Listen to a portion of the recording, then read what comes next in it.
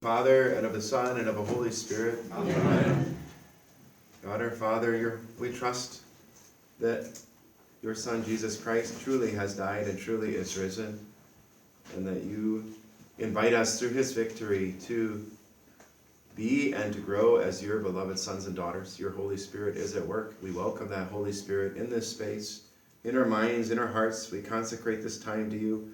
We bind it all to the dying and rising of Jesus, and place our trust and thank you in advance for the good things you are doing and will continue to do in us. Give us courage and trust in you as we proceed through this day. We ask this through Christ our Lord. Amen. St. John Paul II. Pray for us. In the name of the Father, and of the Son, and of the Holy Spirit. Amen. Thank you. Well, this morning, this talk I'm calling Honor and Honesty. So we had image and identity, drawing language from the Catechism about the Sixth Commandment and the real roots of chastity and maturity and giving and receiving and love.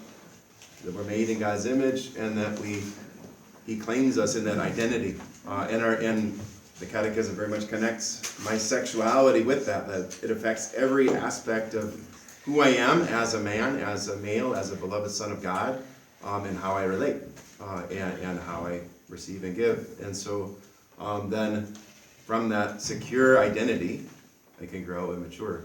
And that's a lifelong task, as we saw in the second talk, integrity and integrality. The integrity being like growing in wholeness and letting Jesus help all these pieces be put back together in me, because all of us have been harmed, attacked by the evil one. We continue to carry that wound, threefold wound of concupiscence that affects my relationship with God, my relationship with other people, and myself. And that growth in integrity or wholeness then makes me capable of gift, which is what we all desire and are made for. But we tend to want to rush to the giving and not do the receiving part, which is surprisingly hard to receive love and kindness and care. So today, though, I noticed a lot of people were feeling curious about things that were stirring. Hopefully kindness to yourself and trusting that God is leading to better things. Honor and honesty. And why is it that I have learned to relate to others in this way, and sometimes in ways that I can see like actually are immature or insecure or harming of others or harming of me? Well, I got to look at where I've come from. Like all of us, we're in a school of chastity, in an apprenticeship of chastity, and we have a tendency to talk about our church and talk about our families like they were just amazing, and they were in some ways. But if they were that amazing, we would be like really mature and healthy and find it easy to relate to each other with God's kindness. And if that's not how we find ourselves, then well, let's honor by being honest, right? Those go together. Remembering yesterday's definition of kindness, like being both tender, compassionate, faithful, but also like strong, telling the truth with kindness. So can we tell the truth about where we've come from and where we're going? Honor your father and mother does not mean like saying, what we tend to say is, they did the best they could, which is like maybe kind of, although really like, were they sinners? Were they not? Like, if they sinned, which presumably if they were like you and me, they did. Like, then they didn't. Like, I can't say that in my parish life day to day, I do the best I can. Like, I go to confession on a regular basis. I don't do the best I can. That people still love me, for who I am. Some people do, some don't. But like, but that doesn't. So things like saying that actually isn't telling the truth, right? Telling the truth is often complicated, but being able to name truthfully everything that's beautiful and name truthfully everything that's wounded and broken, right? And just tell the truth with kindness. It takes a lot of courage. This all goes back to that point of restoration in the Catechism. Jesus restores us, and the Catechism says, look at the Sermon on the Mount, for Jesus' kind of roadmap for restoration. We talked a lot about the Beatitudes yesterday. And then I want to keep reading in there. The Catechism names like, not just about adultery, but really looking inward into our hearts and our passions. And so let's see if I can find this here.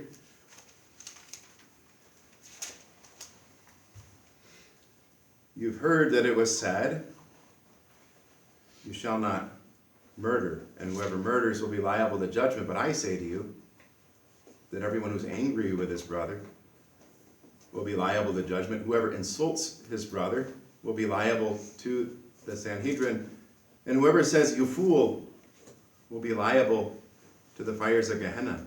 So if you are offering your gift at the altar and there remember that your brother has something against you, leave your gift there before the altar and go first be reconciled to your brother. Then come and offer your gift.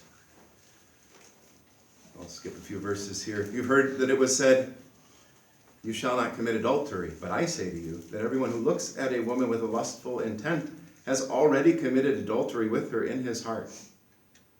If your right eye causes you to sin, so you know the rest of it. So this like deepening, and those two go together. We don't think of those two together. We tend to think of anger and lust, which Jesus connects with murder and adultery as like two kind of different, but they both, when you get to the roots of things, when you look at chastity and the way the Catechism looks at it, they very much go together. And if I'm struggling in freedom with my anger or my lust, I'm not a whole person, right? And that for some people comes out in unwanted sexual behaviors, but it can come out in any number of sinful ways that harm relationships. And we have a tendency to just sort of treat sexual sins as this, like, I mean, some people like really like those are the really bad ones. It's like, well, there are all ways in which I don't rightly relate, that I need to keep growing in security and maturity, and tell the truth about them and grow. So I think here of Thomas Aquinas, right, in this connection here. I don't want to get too bogged down, but those of you who are familiar, he talks about the concupiscible appetite and the irascible appetite, where our passions, that concupiscible, he doesn't mean it doesn't need to be a bad thing, like I seek pleasure, I seek that which is pleasurable. You don't have to teach little ones how to go out and seek pleasure, right? We know this is how God wired us as human beings. We have that passion for pleasure and delight, and avoiding things that we really don't like, painful. That's just normal human passion that gets unruly and disordered, right? By concupiscence. And the irascible appetite is like kind of a real angry determination, we might say, to push through hard stuff.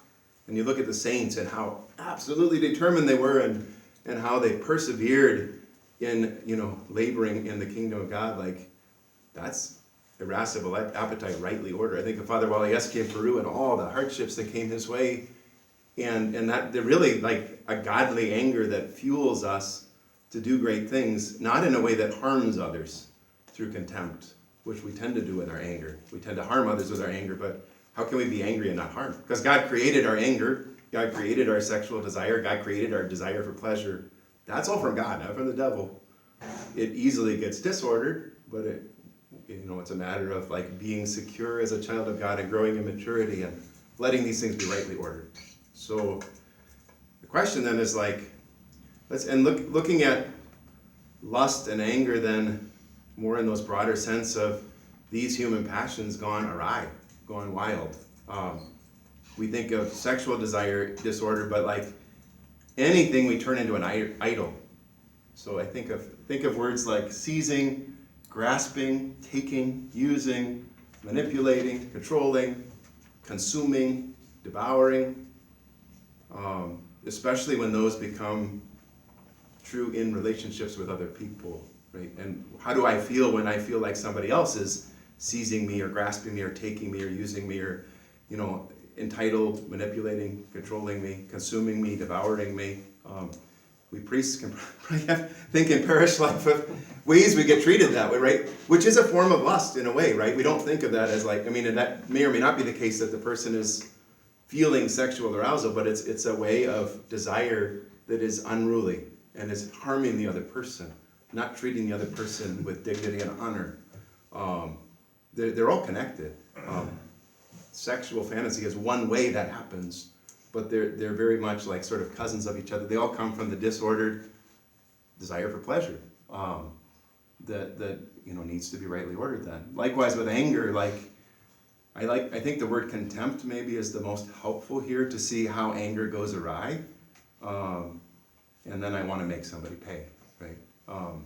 And there's obvious ways we harm others with our anger, where we've been harmed with anger, like yelling or screaming or hitting or interrupting or name calling, getting in somebody's face, invading their personal space, slamming doors. I mean, there's kind of ways that we want to make sure people know that we're angry, and that, and most of us feel unsafe, insecure when somebody behaves that way around us, right? It stirs up fear in us.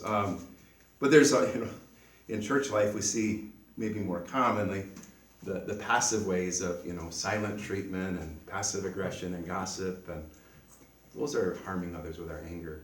And I've asked people this question, would I rather walk into a room where I realize that the group has been gossiping about me and saying really bad things about me, or would I rather get punched in the face? It's no. I don't know. I could kind of take the punch in the face. But the point, they both are fueled by contempt. They're both disordered anger that is harming others, right? So, and where there's contempt, where there's smoke, there's fire. I mean, really, I've learned discerning to kind of watch for this when contempt comes up in myself, which is several times a day. If I tell the truth, honor and honesty, right? I didn't like this. This has been new in my healing journey. How many times a day anger rises up in me, and part of the problem for me is that I cursed my anger, and I felt like I'm a bad person if I feel angry, because that means I'm like my stepfather, and that means I'm going to hurt people, right? Or my anger's too big; it'll hurt people. But that's not. Jesus' anger didn't hurt people. I don't have to harm others with my anger, but. So what do I do with it? And then, it tends to go into contempt. Shame, though, very much that we need to talk a little about shame, which Father Felix was pointing out yesterday is different from guilt. Guilt is, and he's drawing this from Benedict Rochelle. There's many very great writers or speakers that talk this way, that guilt is helpful in the sense that it's objective. It's telling me I have sinned and I've done wrong and I feel guilty, and I want to repent of what I have done wrong, right? But shame is more what's wrong with me? Shame is what the devil did to Adam and Eve, right? You better hide. God's not going to love you now. And they run and hide, right? Which is a lie. It's a lie. And God actually approaches Adam with incredible kindness. Adam, where are you? Well, God knows where he is, right? He's not dumb, but God is playfully, kindly, lovingly walking into a crime scene where a crime has happened, right?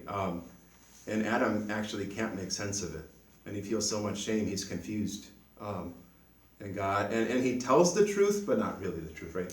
Well, the woman whom you put here with me, she made me. So he shifts the blame onto Eve and shifts the blame onto God, and it's true. God did put her there with him, and she did give him the fruit. So he's telling but he's not really telling, honor and honesty, right? Only with God's help can Adam really get to a place of real truth about what happened, right? Shame has, it's the hardest human thing to feel and experience. When I feel like I'm unlovable, I'm going to be cast out. And it's actually something we sort of share in common with the mammals, that primordial fear that I am going to no longer belong to the pack or to the tribe, and therefore I will not survive. So it feels like a matter of survival. If you really are curious and pay attention when you feel ashamed, it feels desperate, I will not survive this, and that is why we will often harm people, and so shame can easily go into a contempt towards myself, first and foremost. We tend to, I've always found it to be the case when somebody's really hard on others, they're harder on themselves. They don't realize it at first, but anytime I've ever sort of curiously probed, sooner or later you start to discover there's a lot of self-contempt there, which has a way of leaking over onto others, kind of toxic acid or whatever. And contempt, just be curious about where contempt shows up. And then it becomes aggression, either the more violent kind or the more passive kind. We've all been harmed in those ways. So, and you can kind of put lust and anger together, right? And that really is an envy, where I really wish I had what you have, and I'm going to make you pay because I don't have what you have. At its worst, kind of. I don't know how many of you have seen Father Stu that, but in that movie, it has a lot of profanity. I talked to Sister Miriam after we saw it down there in Florida. I'm like, is it bad that I really like the swearing scenes? They were funny, but he, but the thing about Father Stu, that even early in his conversion, there was something very innocent and naive and like beautifully seeking the truth, thirsting for the truth, very authentic and genuine. I mean, he was determined to become a whole person, and he did. And there's, I'm not going to give away the whole thing if you haven't seen it, but there's one of his classmates in the seminary, is classic. Like, he is so envious. He sees this wholeness in Father Stu, and he so wants it. There's that desire gone awry, that lust side of it, but then there's I'm going to make you pay. He tries in very subtle but very painful ways to show aggression towards Stu. We do this. Now, the hard part is all of this happens in our own family, in our church families, and in our own families. And I want to pause at that point and just gently encourage you, because what our tendency is going to be right now, and probably already is in the last 10 minutes, is to feel guilty and feel ashamed about all the ways that I can see that I do this with the people I care about now. Well, hold that thought, right? You can go back to that. It'll be there. Because really, if I want to have well-ordered relationships now and be mature and grow and mature and bear fruit now, I am going to have to be healed in those places that still are unhealed, right? And so to be able to tell the truth about where I've come from, then I can have more freedom in where I want to go. I mean, if that makes sense. So please be willing to be curious, not just about what the place I am right now, but where I've come from. What was it like for me when I was being apprenticed in chastity? Or not, for most of us, right? We really weren't. But what was that like in the school of chastity, in the family, in the domestic church, in my parish church, or whatever, where I've come from, and to tell the full truth with honor and honesty. Because every family is a domestic church, is a school of charity, and every family is a crime scene, like the Garden of Eden. I mean, both. In the crime scene, in the sense that mainly the devil comes in when there's harm, and he really starts whispering his lies, right? He's the main one who harms. Because each one of us have been harmed by other people's desires gone awry, their disordered desire for pleasure, either directly or indirectly. And we've been harmed by others' contempt and aggression. Directly, we have. And we have all harmed others in those two ways.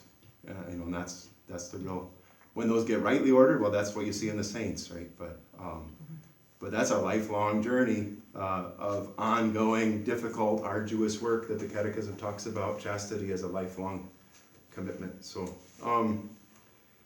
there's two, and when we look at where we've come from, we look at our own families, when we look at our church family, I think there's two maybe extremes or errors. I mean, there's a tendency of some to just, oh good, I get to blame them, and then I don't need to be responsible. It's all their fault. If only I had, a different mom and dad, I would have been a great, amazing prayer. Well, that's not telling the truth. That's blaming, right? But we probably much more common is minimizing or denying or brushing aside, things like, oh, they did the best they could. Oh, we were a happy family, and being unwilling to go into some of those moments where actually it wasn't that great. I was harmed, unhealed wounds. So we wouldn't be struggling now if there weren't some of those then. Be curious. So I'm going to draw a few things here because it's so helpful. From J. Stringer, Unwanted. So this is the single best book that I've known so far. I hope for the day when we have J. Stringer is not Catholic. He's very Christian, and I've talked with him often. And he has a lot of bishops and a lot of priests that have reached out to him, I really want to do this kind of stuff in my church or in my diocese or my parish. How can we, incorporate this into Catholicism? And one of my trainings on sabbatical was with his group to help those who are experiencing unwanted sexual behaviors. So it's called Unwanted. But the real treasure in it, I think, well, he's a real believer, but also that the what do you call it? The dedication here at the beginning. To the 3,800 men and women who completed the research study that I conducted on unwanted sexual behavior, may your stories light the path to freedom. So he's been part of stories of 3,800 men and women who willingly talked about their unwanted sexual behaviors and where they came from. So this is like serious research. And I'm going to talk about 3 different kinds of family structures that he's seen the most commonly. Ways we experience a lack of integrity in relating that cause us to keep struggling now and until we gain freedom. So, and this is it's probably gonna help for all of us. Like when I was going through these trainings, they'd start naming the kinds of families that cause people later in life to be vulnerable to addictive behaviors or to unwanted. Like, well, that's like 90% of our families in my parish. Oh, it's human. It's human. So, and if we can tell the truth, we can gain freedom. So, again, this is not blaming. This is just, let's have the courage to look at the truth in a way maybe we haven't been able to do. Because there hasn't been safe enough community to do it. If I don't know that I'm going to be loved doing this, it's too hard to tell the truth at that level. It's easier to gloss over it, put it in the closet, and not think about it. Right? So rigid families and disengaged families are the first 2, and we tend to think that they're either or, but actually they often both exist in the same. Like I resonate deeply with both of these in my own story. So rigid families we might think of as like words like harsh, strict, heavy emphasis on rules. In other words, like rules feel more important than love does, feel more important than relationships do. That is true in a lot of our families, that if I better not step aside from the rules or else. Or perhaps it can look differently in different families, right? But performance or achievement or succeeding, high expectations of success. All of your older siblings were valedictorian. Good luck. No pressure or anything, but I feel like if I don't perform, if I don't achieve, if I don't succeed, I won't be loved. I'm going to be loved way more when there's that there, right? I know in my own body there's just this strong message that, still in the present moment when I react, I have to or else. There's just that drivenness that comes from a bound up place that I bet, sometimes it feels like I'm going to get hit because that's what happened, or I'm going to get screamed at, but other times it's like I'm going to be left all alone. More subtle. In other families, and this definitely I resonate with deeply, is surveillance. Like if you feel like you're under surveillance in your own home, that's definitely sort of a rigid family structure, right? And I think a lot of priests back in the day could talk about their first rectory situations or their seminary situations where you felt like you were under strict surveillance kind of thing. And that what happens when you feel like you're under surveillance? You hide. You get secretive. I can brag about this. I'm really good at hiding. Emotionally, personally hiding. I can truthfully say I've met very few people who are more skilled than I am at that. But I'm not as good at it as I think I am. I remember my brother telling about this when he was high school or college. My stepdad had like 5 or 6 beater cars that we kind of had a little fleet. He used to be a mechanic, but my brother had gotten in an accident, and he was, of course, performance or else. So he secretly fixed, the grill on the car. A lot of us were over, so he parked across the street, a fair distance from the house. And of course, my stepdad's like, hey, there's a different grill on the front of that. That other one used to have the hexagons, but he sees it 150 feet. He never missed things, which is, and that, that's beautiful. Like if you have a mom or dad who always notices what you're feeling and brings you care and desire or comfort and delight and honoring, beautiful. But if it's like, I notice everything and you're going to be in trouble if it's not what I like, that is really hard environment. So I learned how to be really secretive. I did a lot of stealing when I was a child, and I only more recently started to make sense out of it. I just felt like something was really wrong with me, because I felt guilty. Like I had a deep sense of right and wrong from a young age, very delicate conscience and very kind of spiritual person from a young age, and a sense of God and all of that. And I felt terrible, but I also it was the only way to kind of be a little bit myself and have a little bit of pleasure and a little bit of fun. I resonated with C.S. Lewis. He talks about this in his autobiography with his own father. One time he had a list of things that were deeply personal that were in his pocket, and his dad saw it, and he was going to try to read it. And C.S. Lewis got it in the fire before his dad could read it, because the most terrifying thing was for his dad to know what was going on in his heart. I'm like, oh man, I can really connect with that. That's rigid families, and the obvious stuff of abusive behaviors, screaming, hitting, yelling, interrupting. But disengage is more subtle and every bit as damaging, and can often both be there. So where there isn't any noticing, where there's neglect or not caring about what the others feel, not talking about the hard stuff, not working through conflict, avoiding, isolating from each other, when you're dealing with hard stuff, pretending like, each other doesn't exist, all of that kind of thing is disengaged. And of course, that's more of a chronic long-term effect. If you're for many years in that kind of environment, over time, something must be wrong with me. I'm not, nobody cares about me. I'm on my own. I got to figure out life by myself, In my particular generation, this was I think a hazard.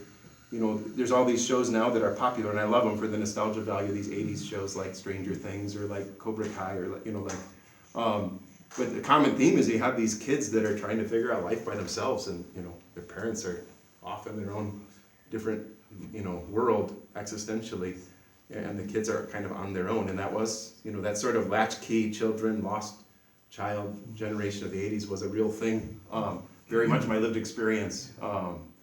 And it's hard to figure out life by yourself, right? We need to be apprenticed and we need to be apprenticed and grow. There's a generational thing here too.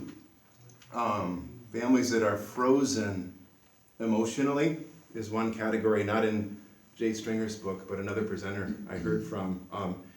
And I think here of my grandfather, my mom's dad, who I always looked at as one of the most virtuous men I ever knew. He was incredibly kind, fun to be around, good with kids. Very honoring of other people. Beautiful marriage in many ways with my grandmother. And he was I kind of tried to be like him because he was the best man I knew. He didn't harm others with anger like my stepfather did. I didn't realize he didn't express any emotions. He was frozen emotionally. He's from that greatest generation, and a lot of people of that generation, that was a common way of dealing with stuff, with really hard stuff, was just to be kind of numb and frozen and unexpressive and not talk about it and silently bear it, which feels like the right thing to do, but it actually doesn't work. So Adrian, the same guy that talked about the poopy water yesterday, he talked about how it's like we have an invisible backpack, and everything that's hard, whether it's little stuff or big stuff, we just kind of silently put in this invisible backpack and pretend like everything's great, and hold it together for our children, for the people we're caring for. Over time, the backpack becomes incredibly unbearable. And ironically, what happens is we pass it on and put it on the shoulders of the next generation, and they carry it generation to generation, which is very biblical, right? I think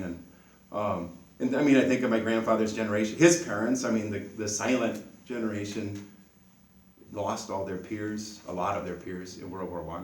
A lot of them were immigrants. That's traumatic. The Great Depression, World War II. They went through massive trauma after trauma. Those who are still alive in my parish, a few of them, they're incredibly adaptable. They never complained about changes in parish life. Baby boomers, I'll just be quiet here. Sometimes, because there was so much sheltering, some baby boomers feel entitled, their parents rolled out the carpet and gave them this pampered, entitled life, right? And do what you feel like, and I don't want you to have to suffer any of the hard things that I did, so I'm just going to have you feel really special. And there's a beauty in that, but there's also obviously there's a lack of actually, truth-telling and getting people to grow in maturity, real discipline in that. So Excuse me. I say that is sometimes what happened, right? Not everybody in the greatest generation is frozen emotionally. Not every baby boomer is entitled. Not every Gen Xer is an a-hole. We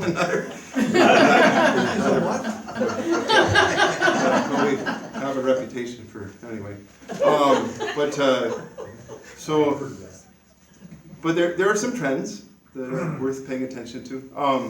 So that one was big. I mean, I was myself, frozen emotionally for a long time, and I'm a very emotional person, so that's hard to be deeply sensitive and passionate and emotional and feel like I have to hide all that.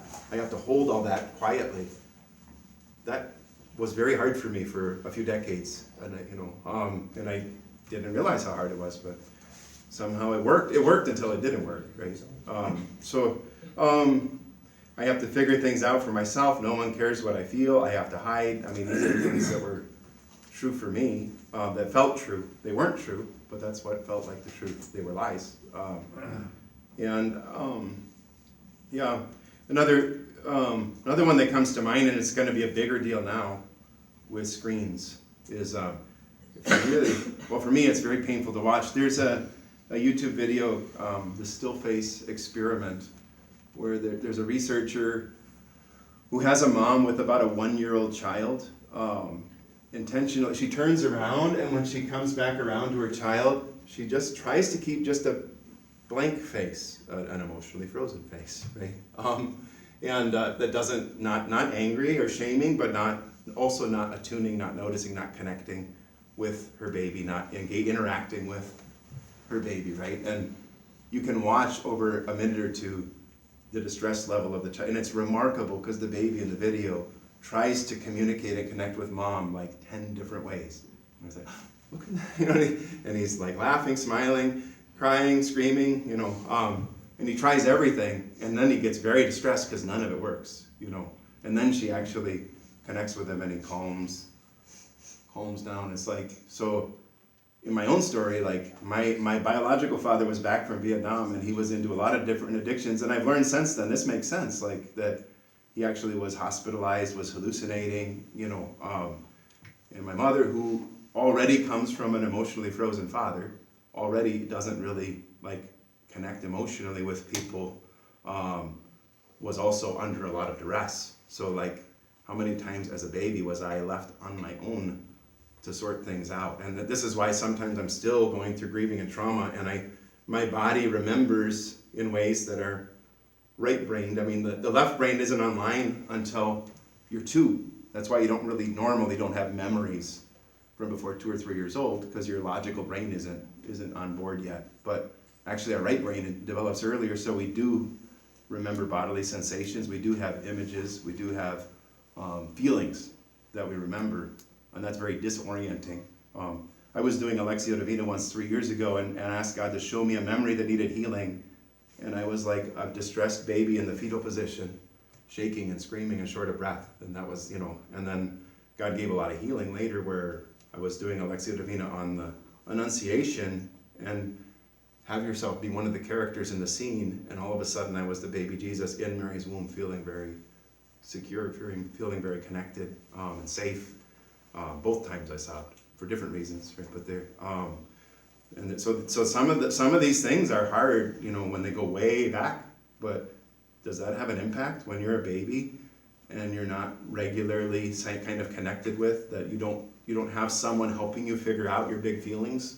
Yeah, you bet. And today, when moms or dads are staring at screens and the baby's regularly going through a lot of emotions, and if that's normal, we're going to be dealing with this much more. It's not just going to be when dad comes back with a drug addiction and mom is, it's going to be more common than ever, right?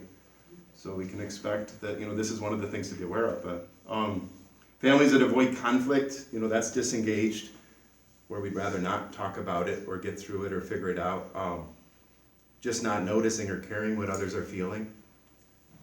When no one shows curiosity about what's happening in me, I think about, this one just crushed me. I was listening to a podcast once and talking about the times you get picked up from school, or you come from practice, or, when mom or dad see you after they haven't seen you for a while, do they notice your face? Do they notice, what's happening? Like, I watch this every day at our school, and I see the moms and dads picking their kids up and how responsive the parents are to their children, and how quickly they can see if they're happy or sad, if they had a good day or a rough day, and they sort of talk about that. Like, I have zero memories of that. I just don't, and I know that's disengaged, right? I can't remember, and part of why I have zero memories is because from a very young age, I was already hiding all of it, right? But even with people who are hiding it, if you're watching, if you're curious, if you're interested, you still can tell, right? And all this is just telling the truth.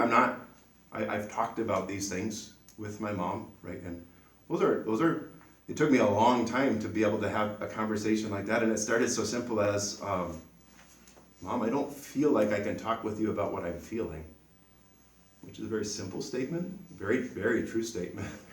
I did not want, I felt terrified of saying that statement, right?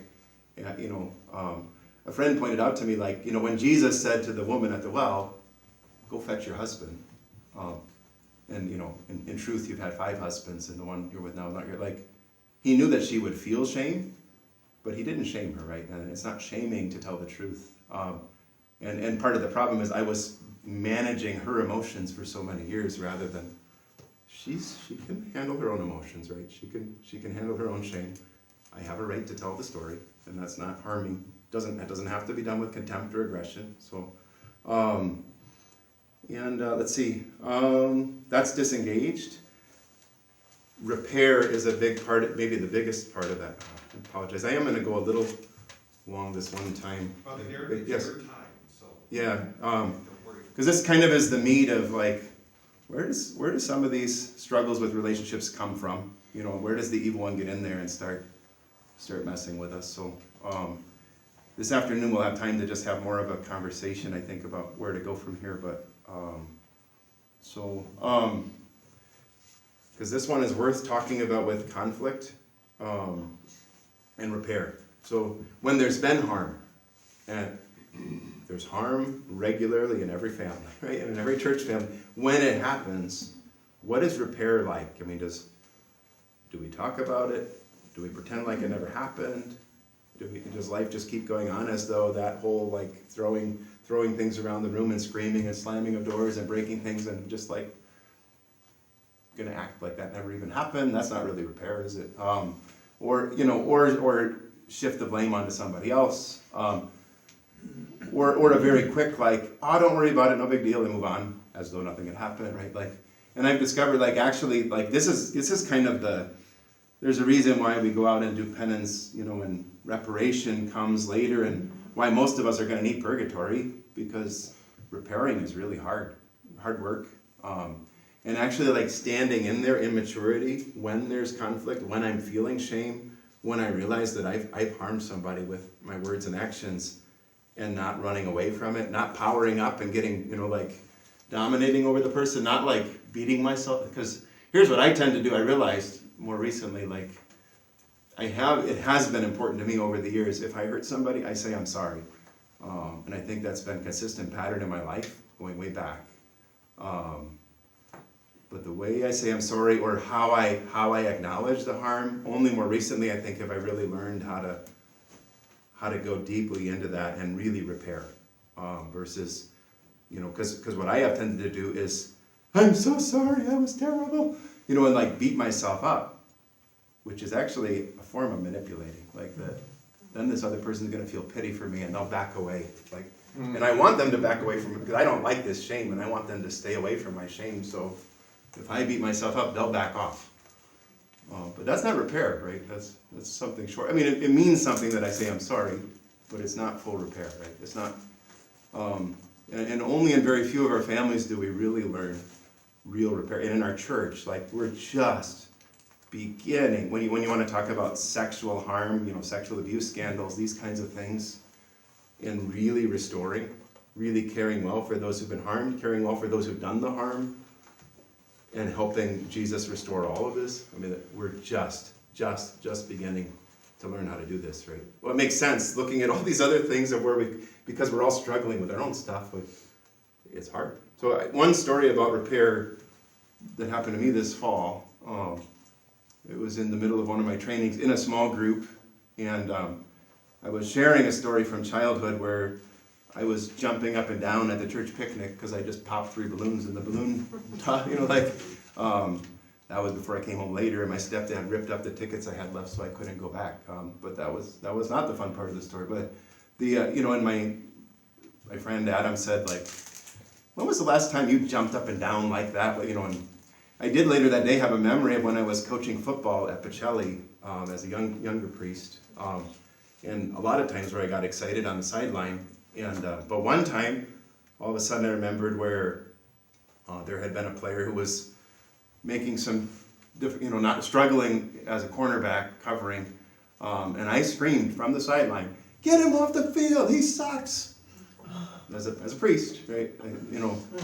He heard me. A lot of people heard me. And then thinking like, I don't think I ever said I'm sorry to him,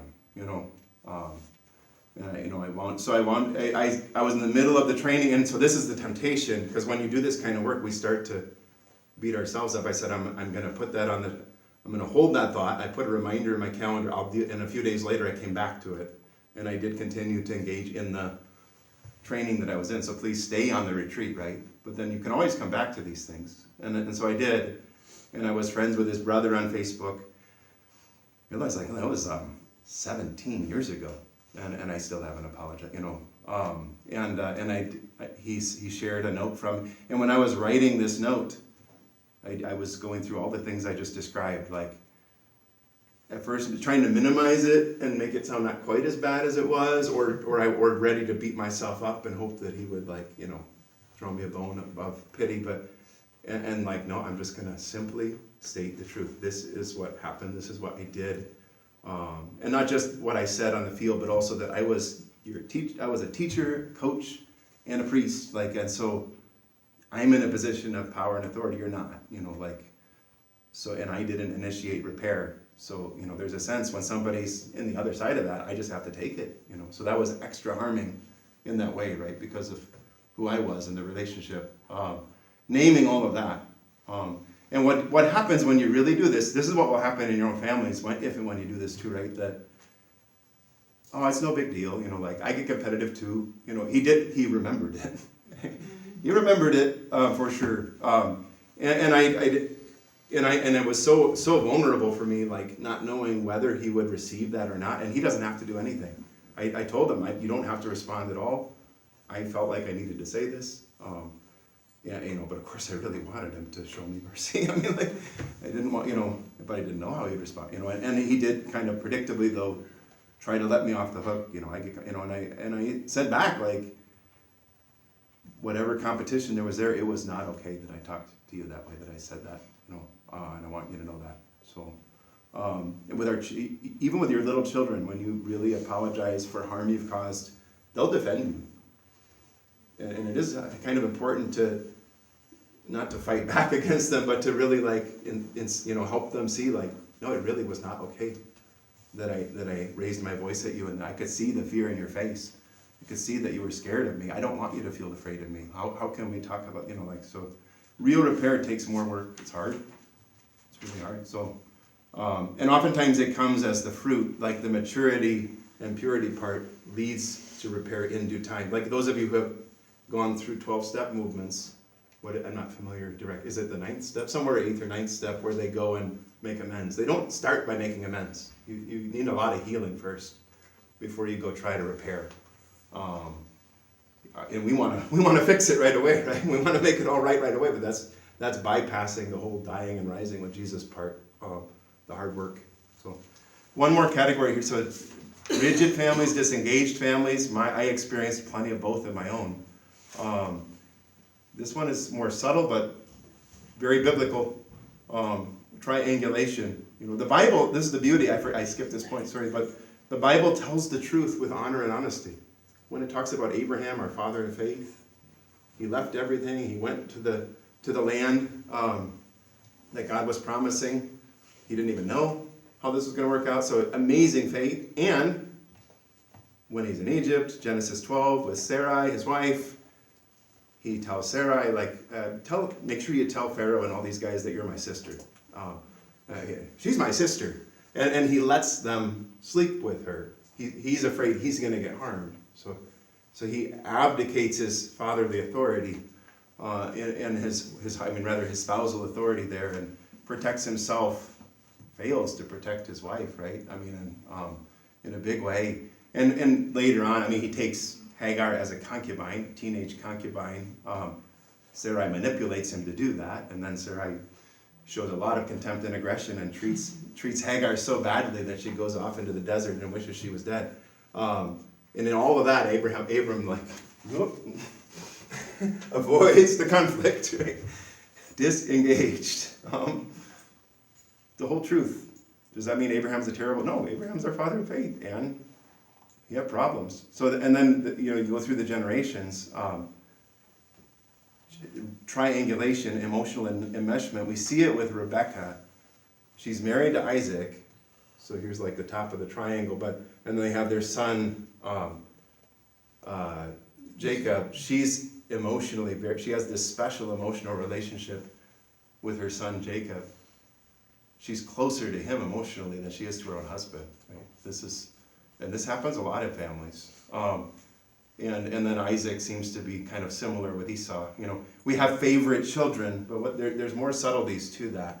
And that tends to happen when there's some level of rift or rupture in the marriage covenant, right? When husband and wife are not experiencing fuller, deeper intimacy at every level, then it starts showing up in all the other relationships. It's very human. It's all over the Bible. It's all over the human story, and it harms. It really does. So, because what happened? And then the next generation, Jacob, the sins of the fathers go on to their children, right? I mean, he has his favorite. Who's Jacob's favorite? Of the 12. I mean, Joseph is like this special little favorite child. What happens when there's a special relationship between a parent and one of the children, in a way that the spouse doesn't experience, the way the other siblings don't experience? Envy. I mean, often, not always, and they make him pay, don't they? I mean, they hate him for it. They want their father's blessing. Joseph actually didn't have his father's blessing yet either. It was because there was a using in that relationship, right? This is where, I mean, Jacob wasn't lusting after his son Joseph in the sexual fantasy sense, but he was inviting him into a special, inappropriate relationship with power and privilege that Joseph loved, but he came to hate, and that's what happened, because it wasn't for Joseph's own flourishing. And the envy often arises because there's wrong in it. And his brothers were picking up on something that wasn't right, and they were rightly feeling anger about it. But it becomes that I'm going to make you pay, So this I mean, I'm 3 for 3 on these. It's kind of fun, but this one was more subtle because I thought, well, I'm not emotionally close to my mom, so there's not emotional enmeshment here. But actually with my stepfather, there came to be a point where I started performing in the way he likes me to. He seemed to prefer. I actually don't even like football now. I was really passionate about football, and he never said I love you. But man, I could tell that he really liked it when I was doing well at football, and that felt great, at the time. So. And people who only know me more recently, they have a hard time even believing that I played football. It's interesting, but they can't imagine me smashing people on the field. But I went from being very much sort of this secretive, lost child on my own, struggling socially, to becoming his favorite. This was verified this Christmas. I was talking to my brother, my younger brother, six years younger, my half brother. And he was talking about just how jealous he felt of me in those years. He's a very kind-hearted. He's the kind of person that's just going to internalize all that. So instead of making me pay, he punished himself, for a lot of years. And underperformed. He's really brilliant and clever and witty, but I'll never be as good at Derek as Derek at football. I'll never be as smart as him. I'll never measure up. And this is his own dad. My stepdad, his dad. I mean, who did like treat me with a special favor and privilege, and you know, he wouldn't, and bragged about me to everybody else, didn't say those things to me very much, but you know, when he was talking to his buddies at work or whatever. So yeah, that does, you know, and so then so much of my energy and attention, somebody in my small group called this idolatry. Like, so much of my energy and attention revolved around, oriented myself towards being the kind of person my stepfather wanted me to be, which wasn't the real me, but it's an idol, right? And he's been dead 12 years, and still in everyday life, so many of my reactions are still orienting around him, even though he's been gone for 12 years, you know. It's, you know, and I've repented and trying to let God help me become who I really am, right? Which is so much more free, being who he made me to be than trying to be who somebody else wants me to be, right? I mean, way more free, but it's hard work repenting of that. So I hope you get a feel for how each of these three, which are true in many of our families, have a big impact for many years. And they're worth looking at. Don't look at them alone, you know. If it's, and I'm going to give you this exercise in a moment, but if it's too hard, I mean, if it just feels totally overwhelming, it's okay to stop or say, I just can't do this right now, you know. And then the question might be, what would I need to be able to do this? Like, who would be helpful to me? Because don't do this alone. I think Chris Stefanik, who used to work for our diocese, said that, like, your heart's a danger, it's like a bad neighborhood, don't go in there alone. It's not bad in the sense of something's wrong with me, but the devil likes to corner us, right? So this is where communion is so important, like being united with others and not facing these hard things alone, because he's the one who's done the harm, right? I mean, these things happen in my family, but the one who bound me up was the devil, right? I mean, like, he's the one. And he totally doesn't play fair. He's more than happy to come in with a 2-year-old and an 8-year-old and a 10-year-old and whisper, you know, see, you're on your own. Nobody loves you. But, you know, and get us to believe that. I mean, so don't go into this stuff alone. Go in with Jesus and Mary for sure. I always, you know, I surround myself with images when I pray now that remind me who I am and who God is, but also like loving people. And you're not going to fix these. Just be curious and see what stirs. You have more things you can talk about later, and who would be safe for me, where can we get safe? We'll talk about all that this afternoon. Apologies for going over the intended time, but this one was a big one. So this is just a journaling exercise that asks a lot of prayerful questions for you around these three kind of common kinds of family dysfunction that a lot of us come out of, to be able to tell the truth, you know, in an honoring way, but an honest way about where I've come from, and hopefully it's helpful to you. And as I say here, like, please, yeah, so you could, if you prefer, you could discuss this with a few people, but not try to figure it out, not try to fix it, not try to solve it. Try to say, this is what it's like, this is what it was like, and understand it. And hopefully this is just the beginning of a step towards more maturity. So, pass these out. And what time is it? How bad did I go over here? So, It's only not too 25 bad. minutes. So we have it's just past 10, so not too bad. If you want to take some and pass them back and around.